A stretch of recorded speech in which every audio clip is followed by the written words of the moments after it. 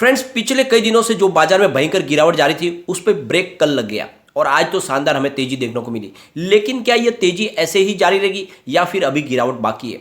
तो बहुत सारी जो बातें हैं जिसकी वजह से लगता है कि अब यहाँ से शानदार हमें तेजी की संभावना बनती दिखाई दे रही है, लेकिन कुछ निगेटिव बातें भी है और उनको भी डिस्कस करेंगे कि क्या क्या है बाजार के लिए निगेटिव बातें और क्या है पॉजिटिव बातें।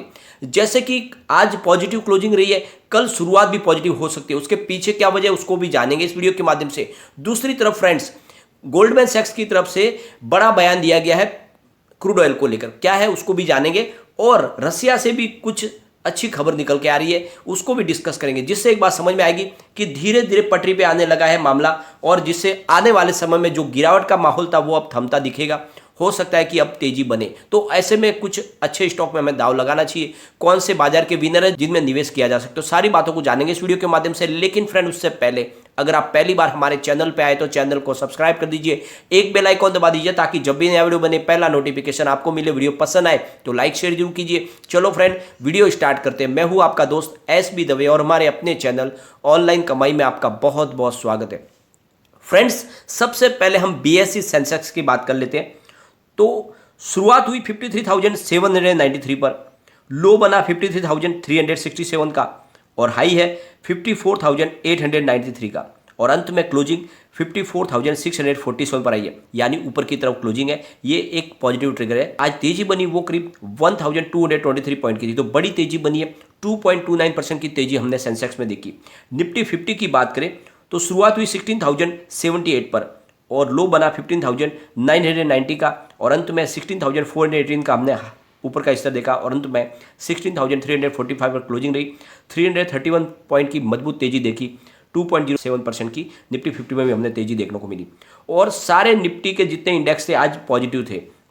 निफ्टी 50 में आज 2.07% की शानदार हमने तेजी देखी। निफ्टी नेक्स्ट 50 की बात करें तो 1.41% की तेजी थी। निफ्टी 100 में 1.97% की तेजी, निफ्टी 200 में 1.99% की तेजी और निफ्टी 500 में 1.99% की तेजी।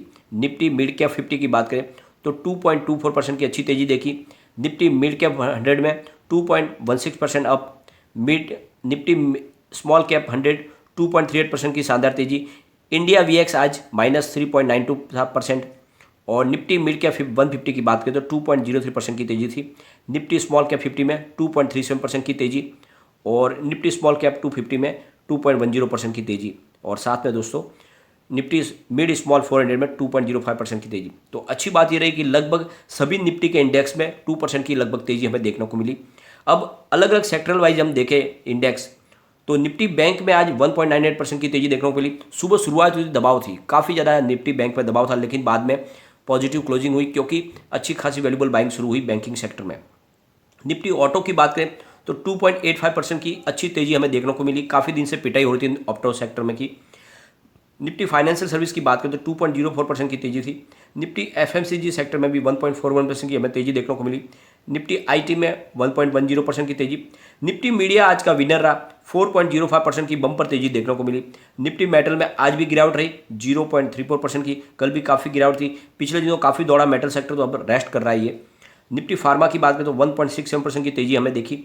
निफ्टी PSU बैंक में 1.92% की तेजी और निफ्टी प्राइवेट बैंक में 1.97% की तेजी और निफ्टी रियलिटी 3.05% अपर था। काफ़ी दिन से निफ्टी रियलिटी में भी बहुत ज़्यादा धुलाई हुई थी और इसका आज काफ़ी ज़्यादा बाउंस बैक भी हमें देखने को मिला। जिसमें ज़्यादा जितनी गिरावट होती उतना ही तेजी के साथ आज भागते हुए दिखाई दिए, तो ये बाजार के लिए अच्छी बात है। अब सबसे बड़ी जो बाजार के लिए मायूसी भरी खबर यह है कि FI आज भी सेलर बने रहे, उन्होंने आज भी माल बेचा है।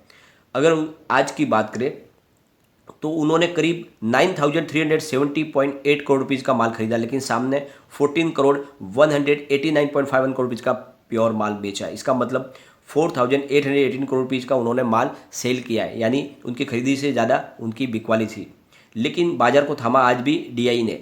उन्होंने करीब 11,078 करोड़ रुपीज़ का माल खरीदा और सामने 7,802 करोड़ रुपीज़ का माल बेचा। इस तरह से वो 3,275 करोड़ रुपीज़ की उन्होंने खरीदारी कर ली। तो आज बायर बने हैं DI और सेलर आज भी बने हैं FI। तो FI लगातार माल बेच रहे हैं, अभी भी वो बाजार में पूरी तरह से सेलर बने रहे और ये हमारे लिए चिंताजनक बात है। जब तक FI सेलर बने रहेंगे तो थोड़ी चिंता तो बनी रहेगी। अब एफआई का अगर पिछले दिनों का हम डाटा देखें तो 2 मार्च को उन्होंने 547 यूएस मिलियन डॉलर का माल बेचा था। 3 मार्च को उन्होंने 535 यूएस डॉलर का माल बेचा। 4 मार्च को उन्होंने 862 यूएस मिलियन डॉलर माल बेचा। 7 मार्च को उन्होंने 985 यूएस मिलियन डॉलर माल बेचा और 8 मार्च को 1029 यूएस मिलियन डॉलर का माल बेचा। तो ये आंकड़ा लगातार बढ़ा, ये सबसे बड़ी चिंताजनक बात है कि एफआई लगातार एग्रेसिव तरीके से अपना माल बेच रहे, लेकिन बाजार को संभालने की कोशिश डीआई कर रहे। 2 मार्च को उन्होंने 3061 करोड़ रुपीज़ का माल खरीदा। 3 मार्च को उन्होंने 4799 करोड़ रुपीज़ का इन्वेस्टमेंट किया और 4 मार्च को उन्होंने 4738 करोड़ रुपीज़ का नया इन्वेस्टमेंट किया। 7 मार्च को उन्होंने 5331 करोड़ रुपीज़ का माल खरीदा और 8 मार्च को उन्होंने ज़बरदस्त खरीदारी की, करीब 6489 करोड़ रुपीज़ की बड़ी खरीदारी की। कल गिरावट का उन्होंने पूरा फायदा उठाया था और जैसे बाजार में कल तेज़ी देखने को मिली तो उन्होंने भी अपनी खरीदारी को बढ़ा दिया और आज उनकी खरीदारी थोड़ी कम होती हुई दिखाई दी है, यानी तो कल से आंकड़ा काफ़ी कम है। लेकिन अभी टेंशन वाली बात नहीं है, जिस तरह से बाजार में सेटलमेंट होने लगा है। एफआई के खुद उनके बहुत सारे रीजन है, जैसे कि फेड में ब्याज दर बढ़ती हुई दिखाई दे रही है फिलहाल, तो ऐसे में अगर फेड की ब्याज दर बढ़ेगी तो वो अपना इन्वेस्टमेंट यहाँ से निकाल के वहाँ पे लगा सकते हैं, इस वजह से भी। और गोल्ड की प्राइस भी बढ़ रही है तो उनका निवेश उस तरफ शिफ्ट हो सकता है, इस वजह से एफआई फिलहाल बाजार से थोड़ी सी नदारद है। आने वाले समय जल्दी वो फिर से आ जाएंगे बाजार में। आज बाजार के जो विनर थे उसमें एशियन पेंट्स 2874 की प्राइस के साथ में 5.56% की तेजी देखने को मिली। रिलायंस इंडस्ट्रीज आज अच्छा खासा भागा है, 2354 पर 5.31% की बम्पर तेजी देखने को मिली। और मैंने आपको रिलायंस इंडस्ट्रीज पिछले 2 दिन पहले सजेस्ट किया था, जब इसकी प्राइस काफ़ी नीचे थी, आप देख लो बहुत ज़्यादा दौड़ा है और मैंने आपको कहा था गिरावट में आपको रिलायंस इंडस्ट्रीज खरीदना चाहिए। बजाज फाइनेंस की बात करें तो 6472 की प्राइस के साथ में 5.04% की तेजी देखने को मिली।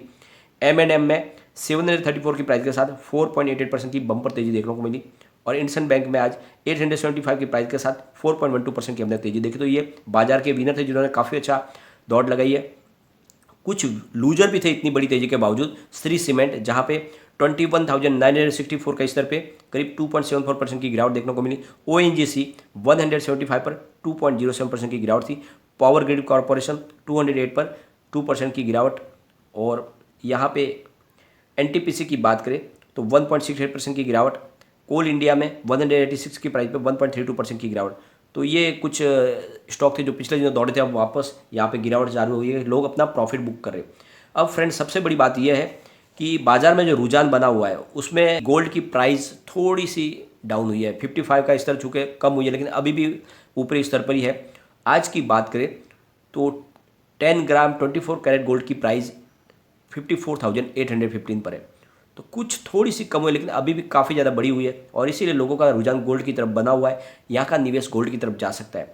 इंडियन रुपीज़ की बात करें डॉलर के सामने तो 77 का स्तर इन्होंने हाई का छू के फिर से थोड़ी सी इसमें नरमी आई है। फिलहाल 76.58 यूएस डॉलर के सामने प्राइस है इंडियन रुपीज़ की, तो ये थोड़ी सी राहत मिली है अपने।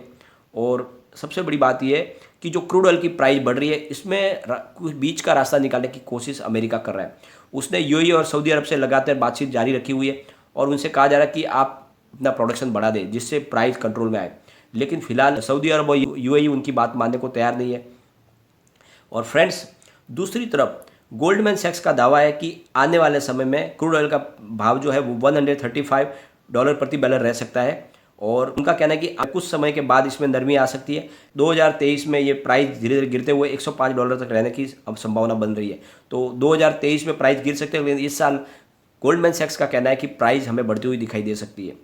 तो जिस तरह से प्राइस बढ़ेगी तो इसका सीधा इफेक्ट बाजार पे पड़ेगा क्योंकि महंगाई बढ़ेगी, तो ये थोड़ी सी चिंताजनक बात है। और सबसे बड़ी बात यह है कि हमें कल बाजार पॉजिटिव खुलता हुआ दिखाई दे सकता है क्योंकि हमारे इलेक्शन के नतीजे, चाहे पंजाब हो, यूपी हो, उत्तराखंड, गोवा, सबके नतीजे आने वाले हैं और उसके पहले जिस तरह से जो एग्जिट पोल आया उसकी वजह से खुलने की शुरुआत बाजार की पॉजिटिव होगी और उसके बाद जैसे जैसे रिजल्ट के नतीजे आएंगे उसके हिसाब से माहौल तेजी का बनता जा सकता है। और यहाँ पे रूस यूक्रेन की बात करें, यहाँ पे भी कुछ पॉजिटिव बातें निकल के आ रही है। रूस और यूक्रेन का जो विवाद है ये आज 14 दिन के जब जंग जारी है, लेकिन इसके बीच में रूस की तरफ से कहा जा रहा है कि कोई बीच का रास्ता निकल सकता है, जो हमारी बातचीत है वो प्रगति हो रही है, कुछ आगे कोशिश जारी रह सकती है क्योंकि अब जेलेंस्की ने कहा है कि हम नाटो की सदस्यता नहीं लेंगे। तो अगर ये बात होती है तो फिर धीरे धीरे हो सकता है कि ये युद्ध बंद हो जाए और अगर युद्ध बंद हो जाएगा तो सारा का सारा मामला पटरी पे आ सकता है। इसके बीच में सबसे बड़ी जो प्रॉब्लम है, यूएन से जो करीब 20 लाख लोग जो है यूक्रेन छोड़ के निकल चुके हैं, वो अलग अलग देशों में जा रहे हैं, तो वहाँ पे बहुत ज़्यादा रिफ्यूजी का प्रॉब्लम भी बन गया है और काफ़ी लोगों को परेशानी हो रही है इसकी वजह से। अब धीरे धीरे कोशिश की जा रही है कि इस मामले को शांत किया जाए। पूरा विश्व लगा हुआ है क्योंकि सबको लॉस हो रहा है, तो धीरे धीरे इसकी संभावना पॉजिटिव बनेगी। अब आगे की कल की क्या संभावना रह सकती है, इसके लिए हम एक बार निफ्टी 50 के सपोर्ट और रेजिस्टेंस देख लेते हैं। तो फिलहाल निफ्टी 50 की क्लोजिंग 16,345 पर रही है। अगर कल इस पे गिरावट का माहौल बनता है तो 15,718 का पहला सपोर्ट है, ये टूटा तो फिर 15,547 तक निफ्टी 50 गिर सकता है। तो तीसरा सपोर्ट निकल के आ रहा है वो 15,423 का है। अगर पॉजिटिव माहौल बनने लगा तो फिर 16,137 का फर्स्ट रजिस्टेंस है, ये टूटा तो फिर 16,261 का स्तर देखने को मिल सकता है और इसको भी ब्रेक किया तो फिर 16,494 तक निफ्टी 50 जा सकता है। तो तेज़ी बनी तो आप देख लो कि करीब 16,500 पॉइंट के आसपास निफ्टी 50 होगा, गिरावट हुई तो 15,500 के आसपास होगा। तो इसमें ये कल हमें वेट करना होगा, लेकिन जो भी संभावना बन रही है उसके हिसाब से कल की शुरुआत तो पॉजिटिव होगी, अच्छी खासी तेज़ी के साथ में शुरुआत हो सकती है। अब बाजार कितना अपने आप को मेंटेन रख सकता है ये हमें सोचना होगा, लेकिन शुरुआत पॉजिटिव जरूर होगी। आगे की हम संभावना देखेंगे कि क्या कल का रिजल्ट रहता है और पेट्रोल डीजल की प्राइस किस तरह से बढ़ती है, उसके ऊपर सारे बाजार की दारोमदार है। लेकिन इस समय आपको मौके का फ़ायदा उठाना चाहिए और अच्छे क्वालिटी स्टॉक में आपको दाव लगाना चाहिए। फ्रेंड्स, मैं रेगुलरली आपको अच्छे क्वालिटी स्टॉक सजेस्ट करता हूँ। आज भी मैंने वीडियो बनाया जिसमें 4 मैंने अच्छे क्वालिटी स्टॉक आपको सजेस्ट किए। आप वहाँ पे जाके वीडियो देखें और उनमें दाव लगाने की कोशिश करें। बहुत ही फेयर प्राइस में मिल रहे हैं, आने वाले समय में बहुत ही अच्छा आपको रिटर्न दे सकते हैं और फंडामेंटली बहुत मजबूत है। गिरावट भी होती है तो आपके इन्वेस्टमेंट को ये सुरक्षित रख सकते हैं। लेकिन फ्रेंड, कोई भी इन्वेस्टमेंट करने से पहले अपने फाइनेंशियल एडवाइजर से एक बार एडवाइस ले ले या अपना खुद का रिसर्च करें, क्योंकि मैंने वीडियो आपके एजुकेशनल पर्पज के लिए ही बनाया। वीडियो पसंद आए तो लाइक शेयर जरूर कीजिए और चैनल को सब्सक्राइब कर दीजिए।